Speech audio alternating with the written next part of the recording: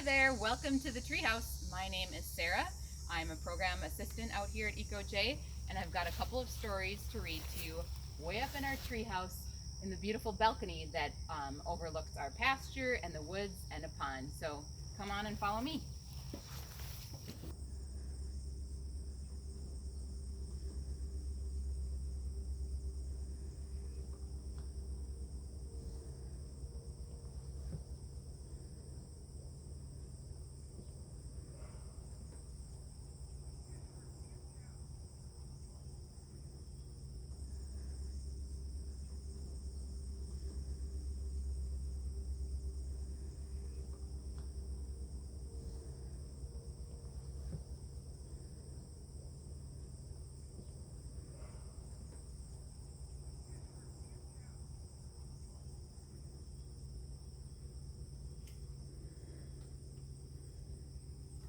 Have any of you been looking at insects this summer? We love listening to and seeing all the insects out here at EcoJ. And I bet you've had an ant crawl on you at some point this summer, especially when you're sitting outside, maybe having a picnic. Well, we have a story about an ant, and maybe it'll give you a new perspective. This is Hey Little Ant by Philip and Hannah Hoos. Illustrations by Debbie Tilley.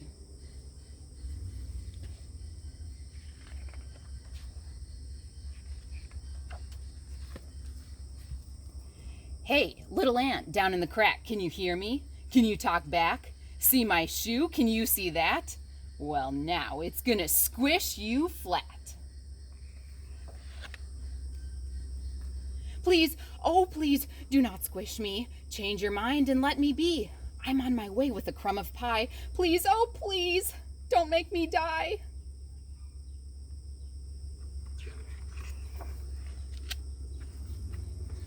Anyone knows that ants can't feel. You're so tiny you don't look real. I'm so big and you're so small. I don't think it'll hurt at all.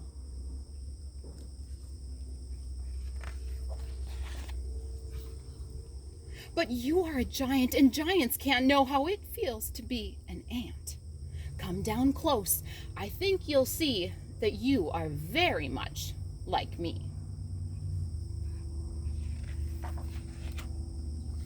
Are you crazy? Me like you? I have a home and a family too. You're just a speck that runs around. No one would care if my foot came down.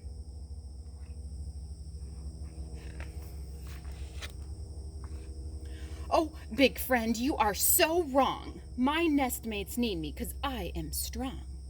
I dig our nest and feed baby ants too.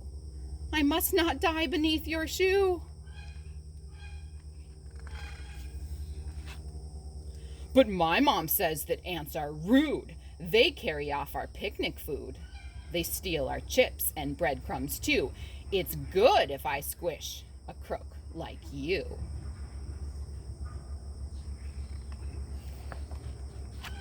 Hey, I'm not a crook, kid. Read my lips. Sometimes ants need crumbs and chips. One little chip can feed my town. So please don't make your shoe come down. But all my friends squish ants each day. Squishing ants is a game we play.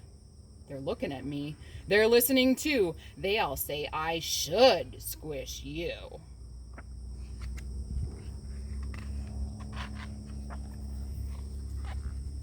I can see you're big and strong. Decide for yourself what's right and wrong.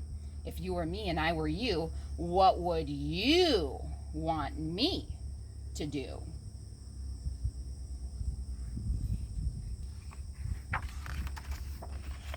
Should the ant get squished? Should the ant go free? It's up to the kid, not up to me. We'll leave the kid with the raised up shoe. What do you think that kid should do? Go. I've got a really fun story for you. This one has a farmer, it has cows, it has ducks, and it has chickens in it. Now, we don't have cows here at EcoJ right now, but did you know that our beautiful old barn was actually built for cows, and at one point did have cows in the lower part of the barn. So I kind of imagine that this story could have taken place at the EcoJ farm a long time ago. Here is Click, Clack, Moo, Cows That Type by Doreen Cronin. Pictures by Betsy Lewin.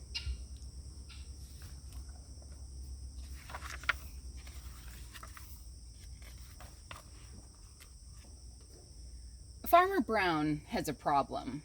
His cows like to type.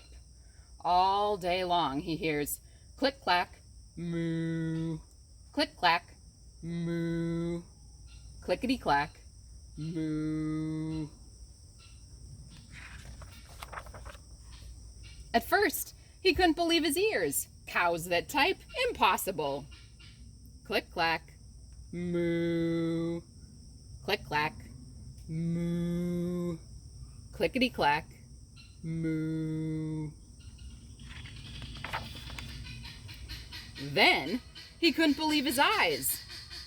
Dear Farmer Brown, the barn is very cold at night. We'd like some electric blankets. Sincerely, the cows. It was bad enough the cows had found the old typewriter in the barn. Now they wanted electric blankets. No way, said Farmer Brown. No electric blankets. So the cows went on strike. They left a note on the barn door. Sorry, we're closed. No milk today.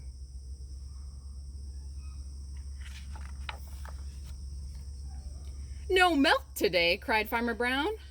In the background, he heard the cows busy at work. Click, clack, moo. Click, clack, moo. Clickety, clack, moo. The next day, he got another note. Dear Farmer Brown, the hens are cold too. They'd like electric blankets. Sincerely, the cows.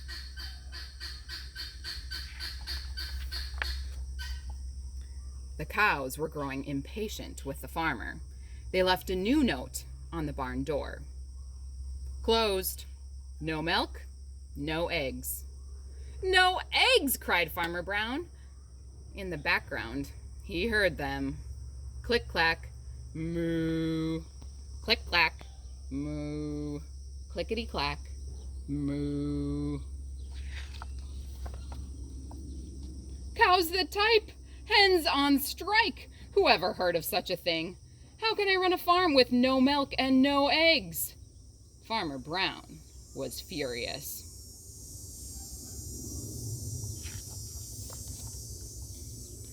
Farmer Brown got out his own typewriter. Dear cows and hens, there will be no electric blankets. You are cows and hens.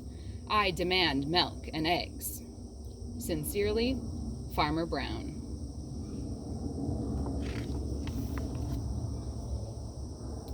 Duck was a neutral party, so he brought the ultimatum to the cows.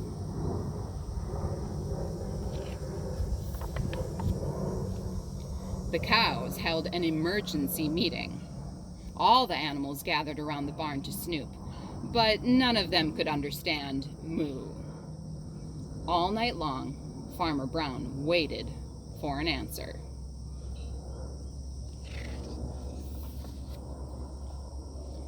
Duck knocked on the door early the next morning.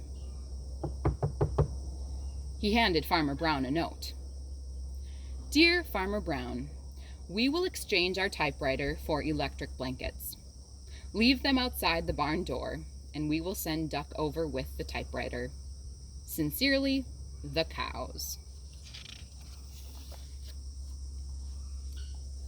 Farmer Brown decided this was a good deal.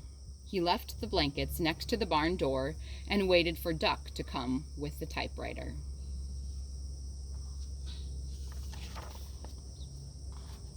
The next morning, he got a note. Dear Farmer Brown, the pond is quite boring. We'd like a diving board. Sincerely, the ducks. Click, clack, quack, click, clack, quack, clickety, clack, quack.